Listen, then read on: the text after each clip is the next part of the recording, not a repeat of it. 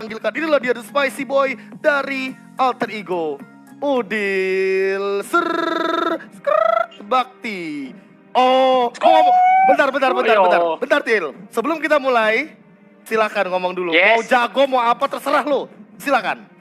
Apaan nih? Gua Apa misalkan, siapa yang jago atau enggak mau apa gitu, kasih kata-kata buat Onyx gitu. Apa ya, kemarin gue nggak tahu sih, gue nggak kepikiran kata-kata. Masalah dari kemarin tuh gue nggak main Mobile Legends, gue mainnya Among Us, jadi gue nggak kepikiran kata-kata. Wow, dari kemarin Udil main fitnah emulator ya, luar biasa sekali aku bisa bilang di sini. Yes sir. Berarti tidak bisa dibilang ini bukan performa maksimal dong. Enggak, itu udah maksimal banget sih. Masalahnya memang dari minggu kemarin tuh gue udah buang-buang waktu banyak banget gitu di masa muda gue yang seharusnya didedikasikan buat hal-hal penting. Ya memang. Gila. Didedikasikan untuk hal yang penting. Tapi Udil, melihat ini berarti kamu menang 2-0 nih ya lawan Onyx ya kan. Sesuai dengan yang kita pernah janjikan di MPL Quickie. Kalau misalkan ya ada Ahmad juga ya kan. Bu, yang kamu inget ya kan, kalau misalkan kita ngomongin masalah Udil versus anti match, ini kan bisa dibilang nungguin 2-0 nih, dan sekarang 2-0 Alter Ego. Ini mungkin ada pesan yang ingin disampaikan untuk Max, apalagi yang ingin mentraktir kamu nih Alter Ego. Silakan Udil. Aduh, sebenarnya gue harapin tuh bukan traktirannya sih. Gue tuh kayak kangen banget sama Maxiel tuh. Gue tuh kangen banget. Yang gue harapkan tuh gue bisa ngobrol sama dia sekarang gitu. Itu yang gue harapkan tuh, gue tuh kangen banget sama My Baby Maxiel. Tapi sayangnya nggak bisa, Dil. Aduh, aku juga tadinya berharapnya kayak kamu sama anti-match tuh bener-bener satu frame gitu. Tapi, Dil, nih aku penasaran. Kan bisa dibilang 4 minggu awal ya, itu Onyx Esports berada di atas langit tuh. Ya kan, di atas langit. Sekarang, Alter Ego yang berada di puncak klasmen. Sebenarnya tuh pertanyaanku satu. Yang di atas langit itu Onyx apa Udil? Silakan, Dil. Sebenarnya itu udah nggak usah diomongin sih. Maksudnya siapa yang di atas langit? Apakah awan di atas langit? Nggak usah ya. Jadi kita ngomongnya tuh nggak peduli mau lu ngeklaim bahwa Diliru itu adalah raja, karena sebenarnya raja tuh bukan mengakui tapi diakui.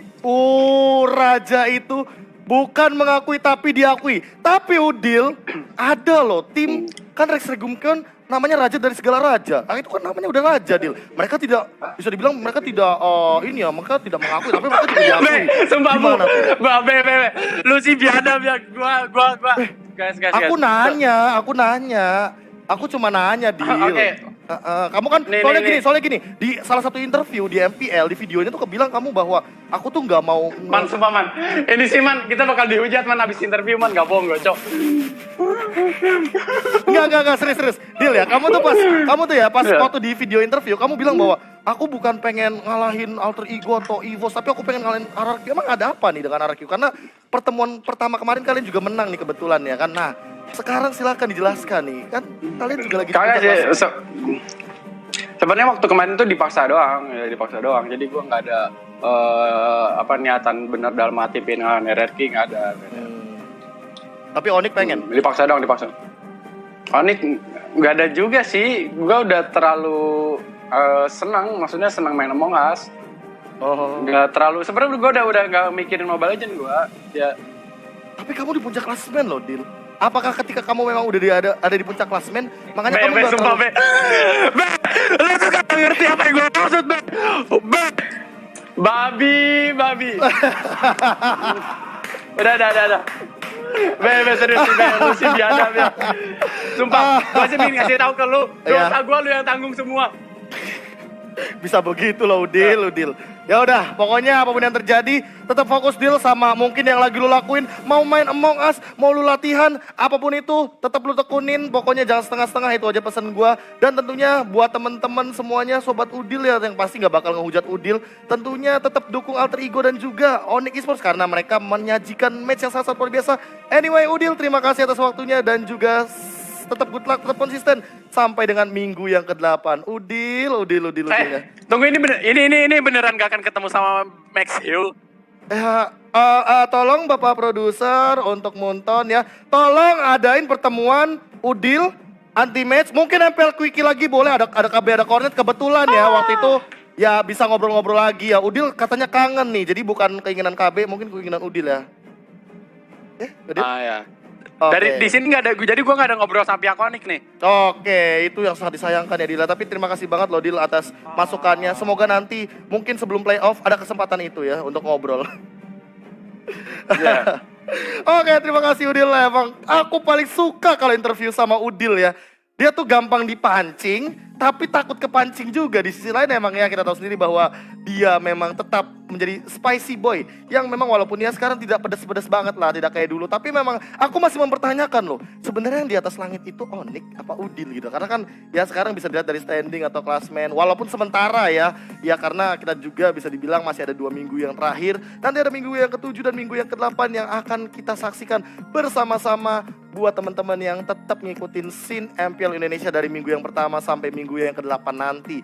Dan kami juga mengingatkan buat teman-teman mungkin gak cuma buat yang hari ini belum dapat dari giveaway skin dan juga diamond yang ada di Nimo TV-nya MPL ID, kalian bisa saksikan besok. Stay tune terus aja pokoknya di Nimo TV-nya MPL ID buat tetap dapetin atau berkesempatan untuk mendapatkan skin atau bahkan Diamond Mobile Legends Bang Bang yang disediakan oleh Nimo TV-nya MPL ID.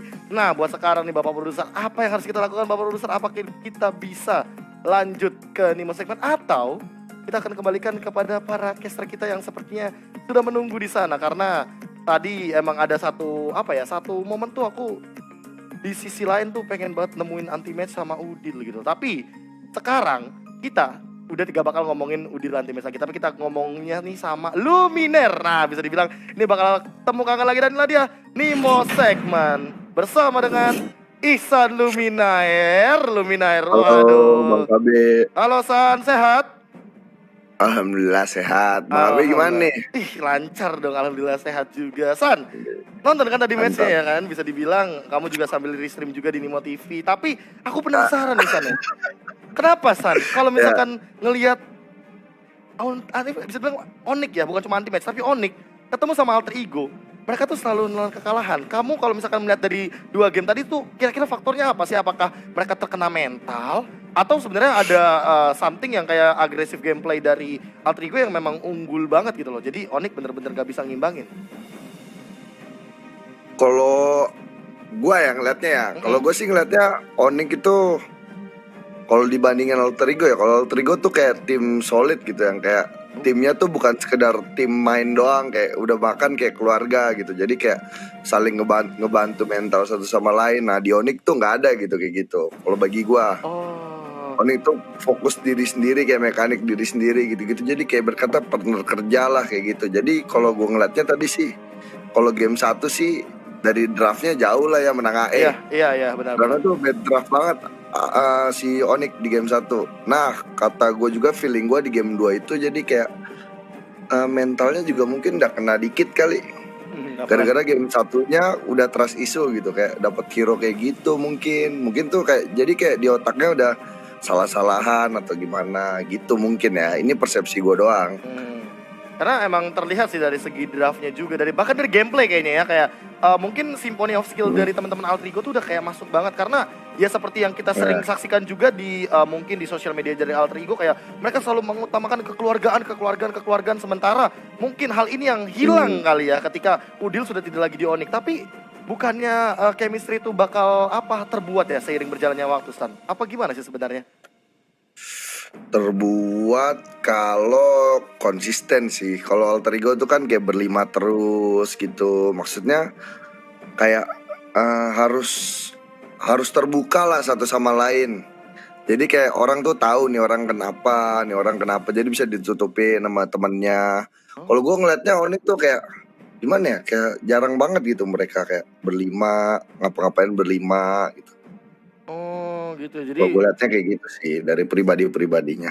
Oke, berarti agak sedikit ada yang misa-misa dikit ya, walau tipis-tipis ya. Tapi kalau misalkan melihat ini San, melihat bisa dibilang perbedaan sih. Karena kita kan melihatnya kan lagi dan lagi kalau kita ngomongin masalah Onyx versus Alter Ego yang sekarang kan kayak Udil anti match, Udil anti match. Ini apakah Ya. memang seberpengaruh itu ya kalau misalkan di sisi anti match ya? Karena kayaknya anti match tuh terlihat sangat-sangat emosional gitu loh. Kalau misalkan udah ini Udil dan Udil, jadi Sally Boy-nya lepas gitu loh. Kalau menurut Ihsan gimana dari perspektif Ihsan?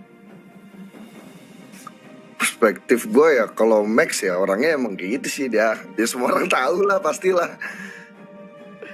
Emosi Tapi kata aja. kayaknya enggak sih, kayak kalau gua ngeliat di Onyx ya masih emang bener-bener kelihatan dari gameplaynya tuh masih gameplay kayak solo gitu masih kayak ngereng-ngereng Oke. gitu, Oke, bukan berarti yang kayak udah tim saling nutupin kayak rela mati demi ini gitu. itu Iya nggak sih? perbedaannya ya. Bisa dibilang kayak Onyx Ya. Esports memiliki individual yang sangat-sangat matang, tapi untuk teamwork Hmm. mereka agak minim. Sementara kebalikannya Alter Ego walaupun individualnya tidak terlalu dibilang terlalu tajam, tapi dengan Tapi gameplay mereka ya, combo timnya tuh jalan terus gitu. combo Alter Ego tuh. tim. Emang combo tim ini benar-benar sangat ini ya sangat-sangat berpengaruh sekali. Nah, San, chemistry berarti ngaruhnya berapa persen untuk teamwork? Chemistry bukan chemistry sih, Tapi tepatnya apa ya? apa ya? Ngomongnya yang gimana cocok. ya? Tapi gue jawab pertanyaan lu aja sih. Nggak usah ngomongin masalahnya di chemistry atau apa. Kalau chemistry ke teamwork ngaruhnya berapa persen? Itu ngaruhnya itu ketika tim lu punya masalah, salah satu partner lu. Punya Ngaruhnya tuh masalah. di situ. Oke. Ya, jadi kayak itu tuh kan chemistry itu kan dari perasaan gitu kan. Jadi kayak lu tuh pasti bisa ngerasain apa yang dia rasain gitu. Di Oke. situ ketika tim lu ada masalah kayak atau tim lu lagi down atau apa, lu bisa ngerasain. Nah, lu tuh di situ bisa mikir buat lu ngerti, oh nih orang lagi down, gue harus boost dia gitu. Di situ Oke. ngaruhnya. Oke, satu pertanyaan sih kalau gini. Berarti aku udah mulai bisa menyimpulkan sesuatu. Pertanyaannya satu, San. Boleh dijawab, boleh enggak. Kalau dari pandangan kamu melihat Onyx yang tadi kamu bilang masalah kepercayaan, trust issue dan segala macam, kira-kira menurut kamu emangnya Onyx dengan kekalahan mereka yang bertubi-tubi sekarang, kayaknya kira-kira mereka ada masalah internal nggak sih? Semua tim pasti punya ada masalah sih, Bem. Nggak ada tim yang perfect. Gue taunya sih itu sih kalau itu. Oke. Pasti ada, mau tim kayak kuat gimana pun pasti ada masalah. Cuman kan kita nggak tahu gitu masalahnya apa. Oh, masalahnya apa? Karena masalahnya berbeda-beda ya. Ada yang bisa di-solve, ada yang belum bisa di-solve sepertinya. Belum bisa di solve.